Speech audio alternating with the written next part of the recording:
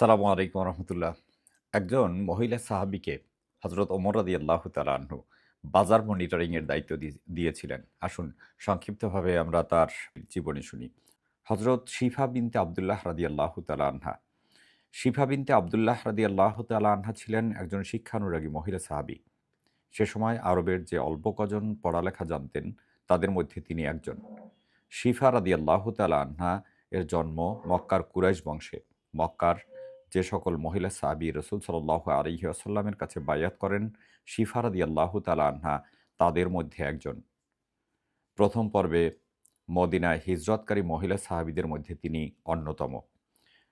রাসূল সাল্লাল্লাহু আলাইহি ওয়াসাল্লামের প্রতি তার ছিল গভীর ভালোবাসা। রাসূল সাল্লাল্লাহু আলাইহি ওয়াসাল্লামও তার এই সম্মান ও ভালোবাসার গুরুত্ব দিতেন। তিনি মাঝে, মাঝে শিফার ঘরে যেতেন এবং বিশ্রাম নিতেন। শিফা রাদিয়াল্লাহু তাআলা আনহা তার ঘরে রাসূল সাল্লাল্লাহু আলাইহি ওয়াসাল্লামের জন্যে একটি বিছানা ও একটি পোশাক বিশেষভাবে রেখে দিতেন। রাসূল সাল্লাল্লাহু আলাইহি ওয়াসাল্লাম তার বাসায় গেলে তা ব্যবহার করতেন। ওমর রাদিয়াল্লাহু তাআলা আনহু শিফা রাদিয়াল্লাহু তাআলা আনহুকে বিশেষ মর্যাদার দৃষ্টিতে দেখতেন। তার মতামতের গুরুত্ব দিতেন। মদিনার সমাজ যেভাবে বিকশিত হচ্ছিল, তাতে ওমর রাদিয়াল্লাহু তাআলা আনহু মদিনার বাজারের তত্ত্বাবধান জরুরি মনে করলেন। কারণ এখানেই সব বেচাকেনা হতো। শিফা রাদিয়াল্লাহু তাআলা আনহু এর যোগ্যতার কারণে ওমর রাদিয়াল্লাহু তাআলা আনহু তাকে বাজার নিয়ন্ত্রণের দায়িত্ব দিয়েছিলেন।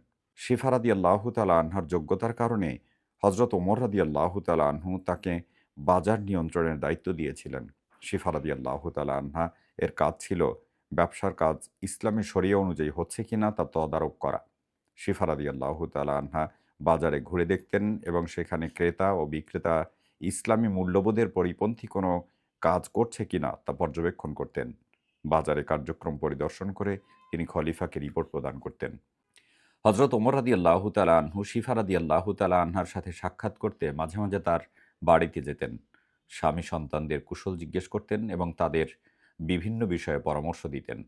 একদিন ওমর রাদিয়াল্লাহু তাআলা আনহু শিফা রাদিয়াল্লাহু তাআলা আনহা-এর ঘরে তার স্বামী ও ছেলেকে ঘুমিয়ে থাকতে দেখে জিজ্ঞেস করলেন, "এরা কি ফজরে জামাতে সালাতে আদায় করেনি?"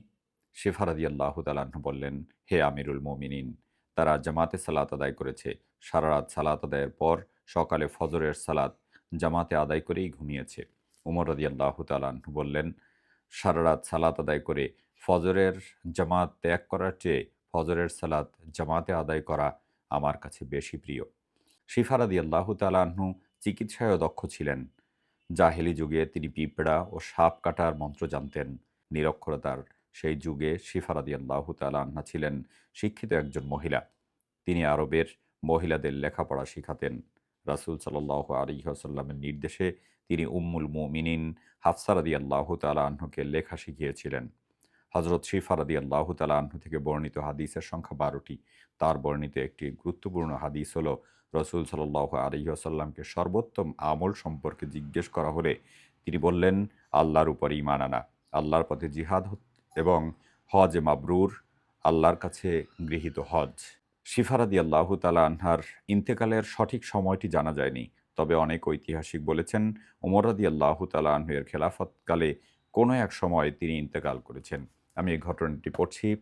আ ডক্টর সাজেদা হুমায়রার লেখা 'সেরা মানুষ ছিলেন যারা' এই বইয়ের মধ্যে আ আপনারা আ সাহাবা ইকরাম রাদিয়াল্লাহু তাআলা আনহুদের ছোট, ছোট করে এরকম জীবনী লেখা আছে। আপনারাও সংগ্রহ করতে পারেন। আল্লাহ তাআলা রব্বুল আলামিন আমাদের সবাইকে রাসূল সাল্লাল্লাহু আলাইহি ওয়াসাল্লামের অনুসৃত পদ্ধতিতে দিন মানার এবং সাহাবা ইকরাম রাদিয়াল্লাহু তাআলা আনহুর অনুসৃত পদ্ধতিতে আমল করার তৌফিক দান করুন। আমিন। আসসালামু আলাইকুম ওয়া রাহমাতুল্লাহি ওয়া বারাকাতুহু।